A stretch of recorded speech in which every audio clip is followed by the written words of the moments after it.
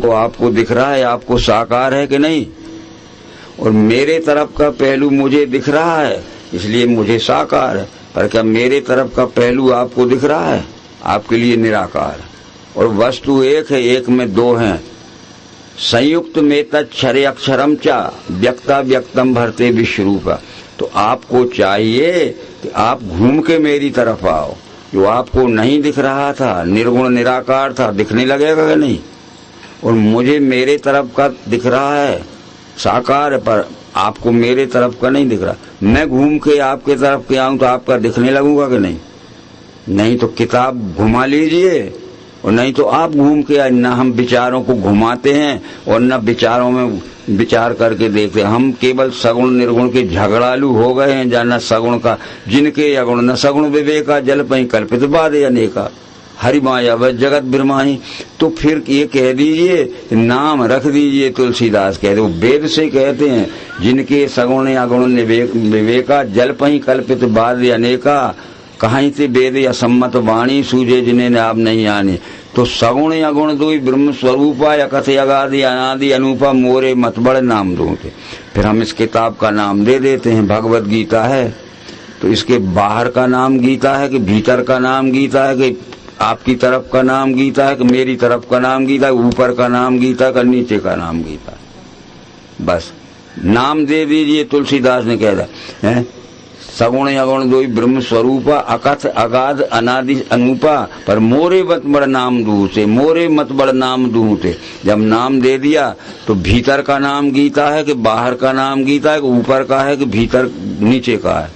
तो ये सब बातें इस दृष्टि से नौवें अवतार ने समझा। एक झगड़ा भी हमारा पूरा कर दिया कि जो कहते हैं कि सगुण को मानने वाले अज्ञानी हैं, उससे भी हम सहमत नहीं, और जो कहते हैं कि निर्गुण को मानने वाले अज्ञानी, उससे भी हम सहमत नहीं। ठीक है, ये सगुण निर्गुण एक ही वस्तु के दो सापेक्ष स्वरूप हैं, उस दृष्टि से समझ लीजिए आप, तो फिर ये झगड़ा मिट जाएगा। तो ये बात तो वेद में भी लिखी है कि संयुक्त में तत्क्षरे अक्षरम चा व्यक्ता व्यक्तम भरते विश्व ईशा। तो इस तरह से अब वो कहते हैं झगड़ा छोड़िए। जो कहते हैं कि सगुण को मानने वाले अज्ञानी है, जो कहते हैं निर्गुण को मानने वाले अज्ञानी हैं, पर उस समय के अवतार के कोटि के पुरुषों ने जो समझाया था वो ज्ञान हम भूल गए। तो वो सगुण के मानने वाले खूब प्रतिमाएं पूजते हैं घर में, और वो निर्गुण को मानने वाले प्रतिमाओं को तोड़ते हैं, फेंकते हैं। यही हो रहा है। तो वो कहते हैं कि आज से पहले जो आदर्श पुरुष हो गए हैं वो आज हमारे बीच में नहीं है। त्रेता में श्री रामचंद्र जी हो गए, सतयुग में हो गए, और भी मत्स्यकश्यप और द्वापर में श्री कृष्णचंद्र जी हमारे बीच में नहीं है। उनके नाम पर देवालय बनाइए, उनकी प्रतिमा बनाइए, प्रतिमा की प्राण प्रतिष्ठा करिए, परंतु वो प्रतिमा उनके ज्ञान गुण कर्म के यादगार का स्वरूप है। उनकी प्रतिमा रखिए, उस प्रतिमा को देखकर उनका ज्ञान क्या है, गुण क्या था, कर्म क्या था, ये संस्कार लाओ इसमें। वो बोल थोड़ी सके। उन्होंने जो ज्ञान दिया था उनकी आज प्रतिमा बनाओ, और प्रतिमा इसलिए बना के हमने रखी है, उनको देखकर उनके ज्ञान गुण कर्म के संस्कार अपने में लाइए। तो प्रतिमा श्रेष्ठ पुरुषों के ज्ञान गुण कर्म के यादगार का प्रतीक है और इतिहास का संरक्षण कि त्रेता में इस सकल के अवतार ने हमें ज्ञान और कर्म दिया था। तब तो वो लिखा भी है रामायण में कि रामचरितमानस यह नामा सुनत श्रवण या है विश्रामा। इस ग्रंथ में इसका राम का ज्ञान, राम का गुण और राम का चरित्र लिखा है। तो राम के ज्ञान को समझो, राम के गुण को समझो, और राम के धर्म स्थापना के कर्म को समझो। और रामायण भी रख ली और राम की प्रतिमा भी रख ली और हाथ भी जोड़ लिए। तो इस तरह से आज भी हम कॉलेजों में पढ़ते हैं। साइंस कॉलेज की सबसे बड़ी क्लास MSc होती है, ठीक है। तो MSc के जीवित प्रोफेसर हमें पढ़ाता है, डेमोन्स्ट्रेशन दिखाता है, और हम देखते हैं। वो चला जाए छुट्टी पे, उसकी प्रतिमा रख लेना और कहना सब्जेक्ट पढ़ाओ। हाँ, जो ज्ञान उसने हमें अभी तक दिया है वो आज नहीं है, पर उस ज्ञान को हम अपनी बुद्धि में रख के परीक्षा में बैठ के अपना स्थान लेते हैं। तो वो आज हमारे बीच में नहीं है। उस समय त्रेता में राम ने जो ज्ञान दिया था, द्वापर में कृष्ण ने जो ज्ञान दिया था, उस ज्ञान को, उनके गुण को, उनके कर्म के संस्कार लावें और इतिहास का संरक्षण कि जैसे हमारे पूर्वजों ने दिया था उस ज्ञान के कारण। तो जानिए आदि में कर्म मुमुख जने आचरे, पुरखों का देख के तैसा स्वकर्म तुम भी करो। पूर्व के समय के जो पूर्व के अवतारों ने जो ज्ञान दिया था वो जीवित नहीं, उनकी प्रतिमा है। उनको देखकर उनके ज्ञान, गुण और कर्म के संस्कार लाओ और आचरण करो। ये बात सरल में समझ में आती है कि नहीं हमारे? तो उनके ज्ञान और कर्म को हम समझ रहे हैं आज कि केवल प्रतिमा रख ली। इसलिए प्रतिमा को आप विरोध मत करिए, प्रतिमा रखना पड़ती है, क्योंकि उनकी प्रतिमा को देखकर त्रेता में जिस ज्ञान दिया राम ने, त्रेता में जो कर्म का आचरण किया धर्म स्थानक, प्राण प्रतिष्ठा का भी यही हाल होता है। हमने दिल्ली से या जयपुर से बड़ी बड़ी प्रतिमाएं लाए थे, कल यहाँ रखी थी। हमने देवालय बनाया और बहुत बड़ा समाज बुलाया, लाखों रुपए का खर्च किया खूब, और बड़े बड़े वेद के मंत्र कहे, बड़ी बड़ी पूजा और स्वाहा किया, और फिर जो आज रखी थी वो यहाँ बैठा दी चबूतरे। आ गए प्राण, आ गए प्राण, अच्छे जोर से कहो आ गए कि नहीं। तो गीता में कृष्ण कह रहे हैं कि इमं विवस्ते योगम प्रोक्तवान हम व्ययम विवशवान मनुवे प्राय मनु इक्षिवाको ब्रवीत एवं परंपरा प्राप्त मिमम राज ऋषियो विदुषा काले नेह माता योगो नष्टा परंतप। ये सतयुग में ये ज्ञान विवशवान ने दिया था। सूर्य वंश में उत्पन्न हुए विष्णु भगवान ने, विष्णु भगवान का ये ज्ञान उनके बड़े पुत्र वैवस्वत मनु को मिला। यही ज्ञान दे के गए और वैवस्वत मनु ने यह ज्ञान अपने पुत्र इक्ष्वाकु को दिया।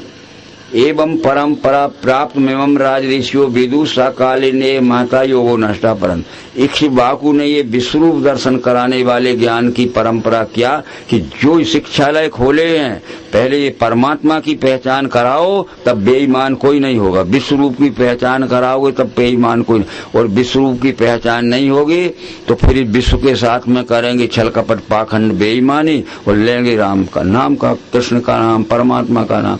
तो एवं परंपरा प्राप्त एवं राज ऋषियो विदुषा काले नेह माता योगो नष्टा परंतु ज्ञान योग नष्ट हो गया। तो इसी ज्ञान को देने के लिए रामचंद्र ने कहा फिर मैं आया हूँ। रामचंद्र जी ने हजारों वर्ष तक ये ज्ञान चलाया और रामचंद्र जी के जाने के बाद ये ज्ञान फिर मर गया यानी नष्ट हो गया। तो कृष्ण क्या कहते हैं ज्ञान कर्म संन्यास योग नाम के 4थे अध्याय में कि वही ये पुराना ज्ञान मैंने आज तुझे कहा। सतयुग में जो विवस्वान ने दिया था, त्रेता में जो राम ने दिया था, और वही ज्ञान देने के लिए आया हूँ अर्जुन, कुछ नई बात नहीं। सएवायम मयाति यदि योगा प्रोग, वही ये पुराना ज्ञान मैंने आज तुझे कहा क्योंकि भक्त है तू सका।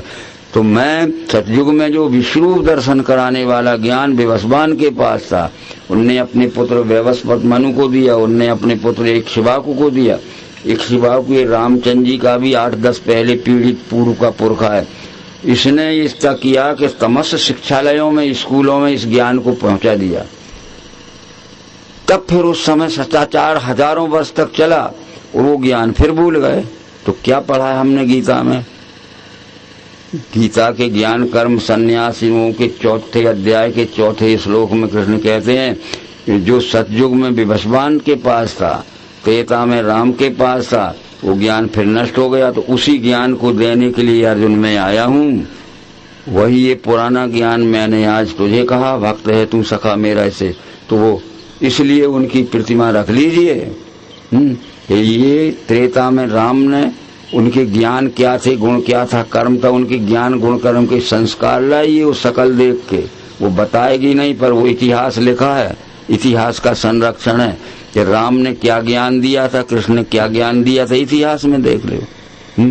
तो यही ज्ञान तो दिया था। अब थोड़े में यह कहना चाहते हैं कि कृष्ण ने भागवत में बार बार ये बात कहा है। ये कपिल जी ने अपनी माता को देव बार बार ये बात समझाई है। कृष्ण जी जब शत्रुओं के डर से, जरासंध आदि के डर से भागे, मथुरा से द्वारका जा रहे थे, अपने प्रिय मित्र उद्धव को बुलाया। उनने कि उद्धव, मेरी और तुम्हारी उम्र बहुत लंबी हो गई है अब मैं द्वारका यहाँ मथुरा में बचने की कोई संभावना नहीं है, ये जरासंध मुझे मार डालेगा। तो अब मैं प्रिय मथुरा भूमि, प्रिय मथुरा छोड़ के अब जा रहा हूँ जन्मभूमि द्वारका। पर वहाँ जहाँ 11वें स्कंद में पूरा कृष्ण का उद्धव का संवाद है, आत्मयि सत्यम तत्सृजते सृजति प्रभु त्रायते त्राति विश्वात्मा हृते हरिस्व आत्मैव तदिदम विश्वम, 11वें स्कंद में आत्मैव तदिदम विश्व, आत्मा एव इदम विश्वम तत्सृजते सृजति प्रभु त्रायते त्राति विश्वात्मा। ये विश्व रूप का नाम परमात्मा है। यह सारी सृष्टि इसमें उत्पन्न होती है, झाड़ पेड़ से घास से लेके मनुष्य तक, और सारी सृष्टि इसमें रहती है। अंत में सारी सृष्टि इसमें सब कुछ मिल जाते है। तो इस तरह से विश्व रूप परमात्मा को मत भूलना। और मैं जा रहा हूँ अब द्वारका। अब मेरी और तुम्हारी उम्र ज्यादा हो गई है, और ये निश्चित है कि हो सकता है कि जिंदगी में हमारा दोनों का फिर जीवित में मिलना न हो। तो कृष्ण जी का शरीर द्वारका में त्याग हुआ, उद्धव का यहाँ मथुरा में हुआ, और ये कह के गए थे कि आत्मैव तदिदम विश्वम, आत्मा एव इदम विश्वम तत्सृजते सृजति प्रभु त्रायते त्राति विश्व आत्मा हृते हरिस्व। तो ये सब बातें इसमें लिखी, ये छोड़ दी जाती हैं, और ये तो सब करेंगे हम, इसमें छुड़ाया नहीं जाएगा। वेद देखो, शास्त्र देखो, देखो स्मृति पुराण भी, पर ज्ञान की दृष्टि से देखो। जो ज्ञान उन्होंने दिया था उसी ज्ञान की दृष्टि से हमें उनके चरित्र पढ़ना पड़ेंगे। तो वेद भी देखो, शास्त्र भी देखो, देखो स्मृति पुराण भी, पर ज्ञान की दृष्टि से देखो। तो ज्ञान ही तो कहा, कृष्ण जी ने क्या कहा कि नहीं ज्ञानेन सदृशम पवित्र में ही विद्यते। इस मनुष्य लोक में ज्ञान के समान श्रेष्ठ कोई दूसरी श्रेष्ठ वस्तु नहीं है। तत्स्वयं योग संसित काले नात्मनि बिंदते। यहाँ ज्ञान बिना दूजा पवित्र और कुछ है नहीं, सो स्वयं योग संसिद्ध काल से निज में लख है। इस संसार में ज्ञान के समान पवित्र कोई दूसरी वस्तु नहीं है। परंतु जिनकी पुण्याई सैकड़ों जन्म की होगी उनको ज्ञान समझ में आएगा, और जिनकी पुण्याई अभी जैसे छोटे बच्चे की तरह हम पैदा होते, पुण्याई नहीं तो उनको समझ में नहीं आए। यही बात हमें रामायण में मिलेगी, यही भागवत में मिलेगी, यही गीता में मिलेगी।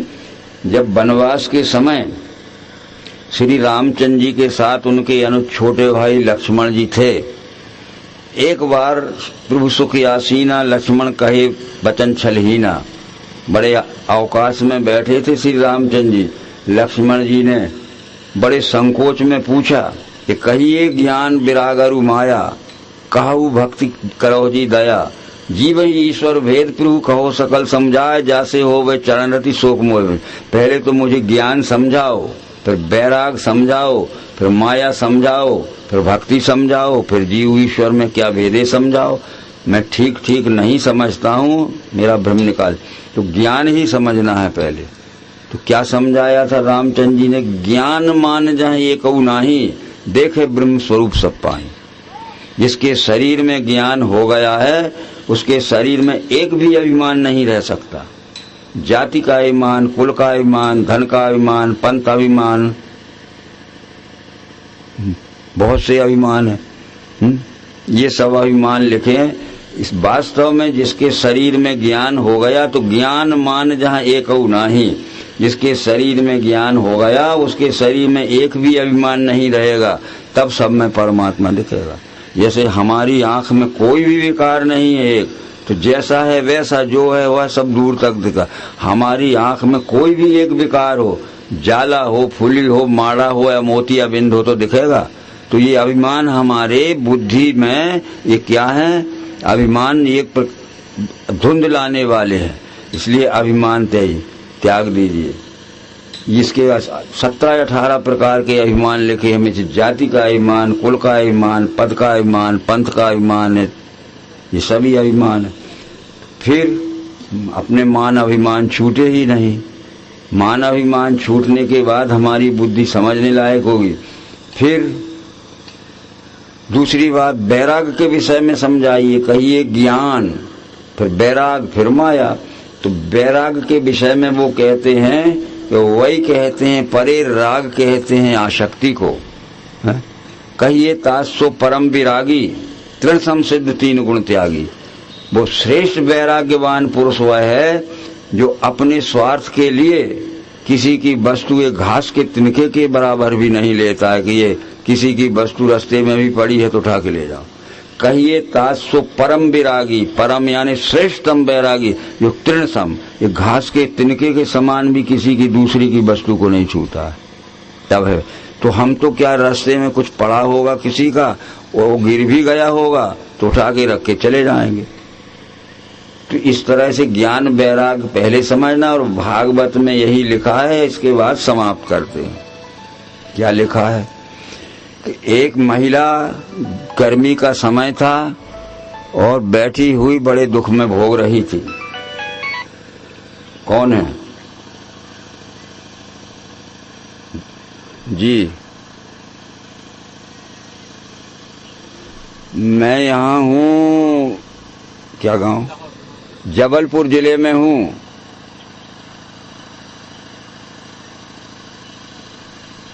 अरे वो हमारा कैंसिल होगा इस प्रोग्राम में। हमें ये और बड़ा कार्यक्रम पहले दो ही जगह एक ही तारीख हो गई थी तो वो छोड़ना पड़ा।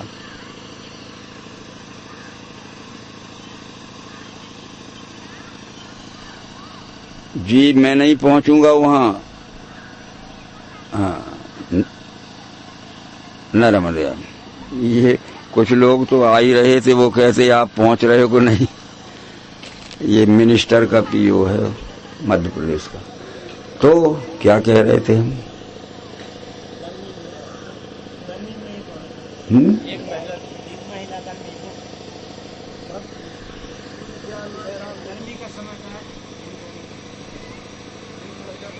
हाँ, एक वृद्ध महिला, महात्म में लिखा है इसके, दोपहरी का समय था, लू चल रही थी, उसके बाल बिखर गए थे और कुछ परेशान थी। इतने में नारद जी आ गए। बोले क्या बात है? बोले मेरे 2 बेटे थे, दोनों मर गए और न मेरे रहने का घर है, न मैं खाने पीने का इंतजाम है, न ओढ़ने पहनने के कपड़े, फटे कपड़े हैं। तो बोले तुम्हारे बेटों का क्या नाम है? क्या नाम था? बोले ज्ञान और वैराग। ज्ञान भी मर गया और वैराग भी मर गया, इसलिए मेरा कोई नहीं है। वो भक्ति थी।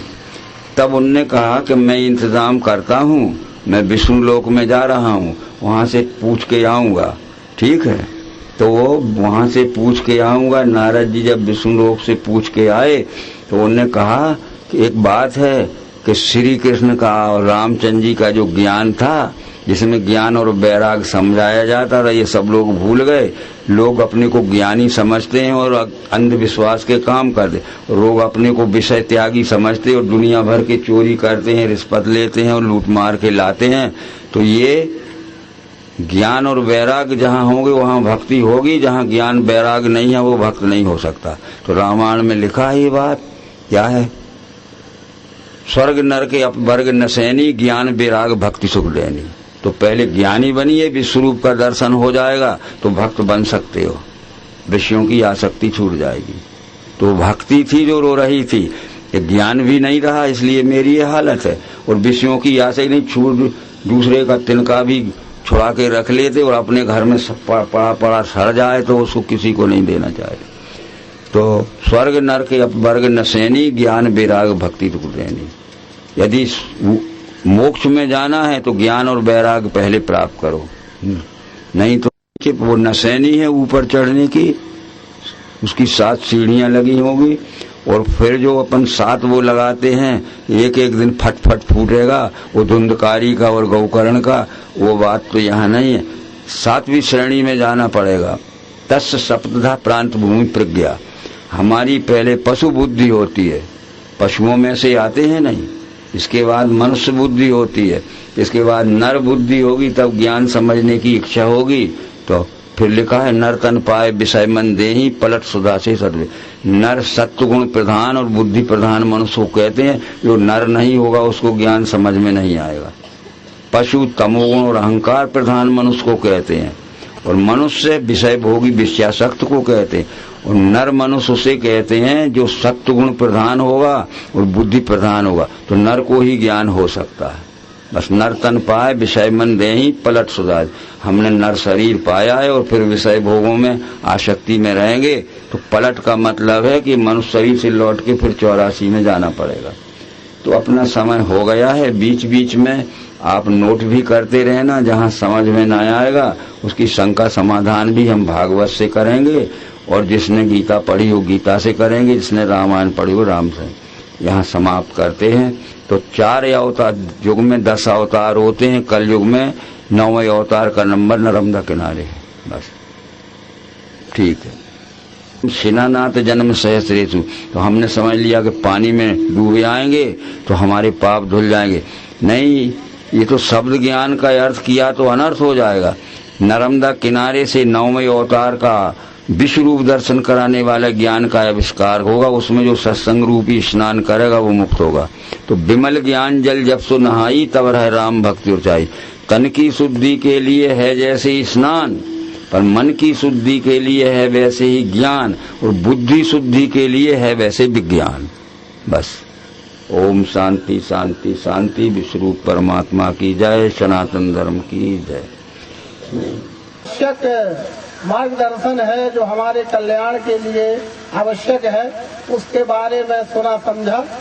और अब शाम आपके परिचय के अनुसार शाम के 3 बजे से 5 बजे तक सृष्टि के अनादि कारण विश्वरूप परमात्मा और भ्रम मोक्ष निवारण करने वाले, विश्वरूप का ही दर्शन कराने वाले तत्वदर्शी सद्गुरुदेव के चरणों में हार्दिक नमन करते हुए बड़े हर्ष और सौभाग्य का और पुण्याई का हमारा सबका भाई बहनों का समय है कि आज हम जीवात्मा ने जो मनुष्य शरीर में जन्म लिया है उसका अंतिम ध्येय प्राप्त करने के लिए यहाँ उपस्थित हुए हैं। ईश्वर का अंश ही है जीव। अंश से मतलब होता है जैसे पिता का अंश उसका पुत्र होता है। जब पुत्र ही पिता को भूल जाए तो बड़ा झगड़ा बन जाएगा। तो ये ईश्वर विश्वरूप हमारा परम पिता है, हम मानव मात्र उसकी संतान है। इस ध्येय को प्राप्त करने के लिए ही हमने और परमात्मा ने हमें मनुष्य शरीर में भेजा है। हमारे पास साधन है, उन साधनों से हम आज से लगाकर 7 दिन तक, पहले स्कंद से लेकर 12वें स्कंद तक कथाएं सुनाएंगे, और आप सब उनको नोट करिए जहां समझ में न आवे, और समझ में आ गया है तो उसको ध्यान में रखिए कि यहां से सत्संग समाप्त होने के बाद श्री भागवत सप्ताह का हम फिर न भूलें। आज के प्रसंग में इतना ही कहना चाहते हैं कि जिनके कारण से भागवत ग्रंथ का इतिहास लिखा गया वो हैं अभिमन्यु के पुत्र परीक्षित। ठीक है। और जिन्होंने भागवत सुनाया परीक्षित को वो हैं व्यास जी के पुत्र सुखदेव। वो अपने समय के सबसे बड़े विद्वान थे सुखदेव जी। सुखदेव जी की जीवनी सुनाते हैं। फिर आगे तो सुखदेव जी ने जो कुछ भी परीक्षित को सुनाया है और जो कुछ भी 7 दिन रहकर गंगा किनारे सुखदेव जी ने परीक्षित से सुना है मोक्ष प्राप्ति के लिए, अवश्य ही उसका ध्यान रखेंगे हम, और हमारे जीवन में, हमारी शेष जिंदगी में उसका व्यवहार में उपयोग करेंगे। अश्वत्थामा ने पहले स्कंद में लिखा है भागवत में कि पांडवों का वंश निर्वंश हो जाए, इसलिए 18वें दिन शिविर में घुस के द्रौपदी के 5 पुत्रों को मार दिया कि इनका वंश ही निर्वीर हो जाए, वंश में कोई न रहे। परंतु उत्तरा के गर्भ में परीक्षित था, उसको भी जहर दे दिया था अश्वत्थामा ने कि गर्भपात हो जाए तो पांडवों का वंश ही खत्म हो जाए। श्री कृष्ण जी ने अमोघ औषधि देखे, जिसको हम कहते रामबाण औषधि है, वो देखे और गर्भपात बचा लिया था। फिर परीक्षित का जन्म महाभारत युद्ध के बाद हुआ, समझते जाना। परीक्षित का जन्म हुआ था तब बड़ी आशा हो गई कि पांडवों का जब वंश खत्म नहीं होगा, क्योंकि वो उसी वंश में हुआ था, उत्तरा से अभिमन्यु से। ठीक है। परंतु जब अश्वत्थामा को पकड़कर भीमसेन द्रौपदी के पास लाए, इसने 5 पुत्रों को निर्दयता से काट डाला है और मैं पकड़ के लाया हूं, इसको तुम्हारे सामने मैं काट काट के मारता हूं।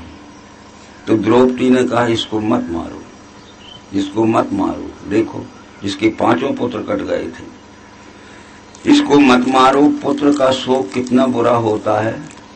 मुझे 5 पुत्रों के मरने का जो शोक है वो जिन शब्दों में मैं वर्णन नहीं कर सकती है। इस अश्वत्थामा की मां को भी बड़ा दुख होगा, तो वो तो न डूबे शोक में, मैं तो सह लेऊंगी। पर इसको क्या करो कि पांडवों के वंश में जो उसके कुल गुरु का शिरोमणि दर्जा है, इसकी सिर की मणि निकाल लो। यहाँ अंधविश्वास बताया जाता है कि उसको पकड़ के और इसकी खोपड़ी खोली, तो भीतर कोई मणि रखी होगी, वो निकाल के और फिर ड्रेसिंग कर दिया, और ड्रेसिंग करके कह दिया द्रौपदी ने, इसको कह दो आज से हमारे राज्य में इसका कुल गुरु का दर्जा, जो शिरोमणि दर्जा है, खत्म है, सीमा के बाहर चला जाए। बस। तो ये अंधविश्वासी क्या अर्थ करते हैं, उसकी खोपड़ी खोली और उसके भीतर से मणि निकाला और फिर ड्रेसिंग कर दिया। तो ये कथावाचक कहते हैं भागवत के कि अभी भी मिलता है, वो कुछ लोगों को ऐसी मक्खियां उड़ाता है, घाव नहीं भरा। बताओ 6000 वर्ष हो गए उसकी खोपड़ी सड़ी। ये उसका मतलब ये था कि जो शिरोमणि दर्जा है कुरुकुल का, यानी इसका पिता द्रोणाचार्य जो है ये पांडवों के वंश का कुल गुरु था, वो शिरोमणि दर्जा होता है, यानी तो इसका शिरोमणि दर्जा खत्म कर दीजिए कि हमारे राज्य से चला जाए, इसकी शक्ल देखने को न मिले। तो ये गलत अर्थ किया जाता है। खोपड़ी को खोली, उसमें से भीतर से निकाला और फिर ड्रेसिंग कर दिया, आज भी जिंदा है वो। सोचिए आप, ऐसा गलत अर्थ भागवत का नहीं करना चाहिए। और वो क्या कहते हैं कथावाचक भागवत के, आज भी मिलता है वो तो हमें, और फिर झूठ भी कह देते हमने देखा भी है। ऐसा हो सकता है। इसलिए जो कुल गुरु का दर्जा होता है वो शिरोमणि दर्जा होता है। रामचंद्र जी के राज में लिखा है कि क्या लिखा है, मणिगणपुर नर नारी सुजाति, सुचि अमोल सुंदर सब भांति। मणिगणपुर नर नारी सुजाति, सुचि अमोल सुंदर सब भांति। अरे राम के राज में सब स्त्री पुरुष शिरोमणि मणि हो गए, मणि हो गए। शिरोमणि नहीं लिखा है, मणिगणपुर नर नारी सुजाति। मणिगण मणियों का समूह हो गया, सब स्त्री पुरुष राम के राज में, यानी राम भक्तिरत सब नर नारी, राम भक्तिरत सब नर नारी सकल परम गति के अधिकारी। और राम भक्ति चिंतामणि सुंदर, बसई गरुड़ जिनके ओर अंदर। इसलिए मणि का मतलब है शिरोमणि दर्जा है। जो भक्त अनन्य भक्त हो गया, वो जहां बैठा है चाहे मजदूरी करता हो लेबर की, पर वो शिरोमणि हो गया, क्योंकि उसके सिर में जो ऊंचे से ऊंचा ज्ञान है विश्व रूप का, वो उसकी बुद्धि में समा गया। बुद्धि में स्थित हो गए, मैं ही संपूर्ण विश्व हूँ, अकंप धारणा बैठे गया द्वेष समाधि सो। इस बात को भूल जाइए, न ऐसा हुआ है न हो सकता है। तो ये फिर एक बार समझ लीजिए आप कि जब उत्तरकांड में बताया गया कि रामचंद्र जी का राज हुआ, राम भक्तिरत सब नर नारी सकल परम गति के अधिकारी, और राम भक्ति चिंतामणि सुंदर, बसई गरुड़ जिनके और अंदर। मणिगण पुर नर नारी सुजाति। राम के राज में सब स्त्री पुरुष मणियों का समूह हो गए, हीरा मोती का समूह हो गए। इसका मतलब है कि हीरा जन्म मिला अनमोल, फिर तुम कंकड़ क्यों बनता है। परमात्मा प्राप्ति के लिए जो हमारा परम पिता परमात्मा है, ये मनुष्य शरीर में जन्म परमात्मा ने ही दिया है। एक बार को अच्छी तरह समझ लीजिए, तो फिर हम रामायण देखते हैं और वो भागवत से मिलाते हैं। जब रामचंद्र जी के धर्म स्थापना का काम पूरा हो चुका, तो फिर जाना चाहिए। जैसे हमारा 7 दिन में भागवत सप्ताह पूरा हो जाएगा तो जाएंगे अपने अपने से। तो फिर रामचंद्र जी ने समस्त नगर निवासियों को, ब्राह्मणों को और गुरुवर्ग को बुलाया। एक बार रघुनाथ बुलाए, गुरु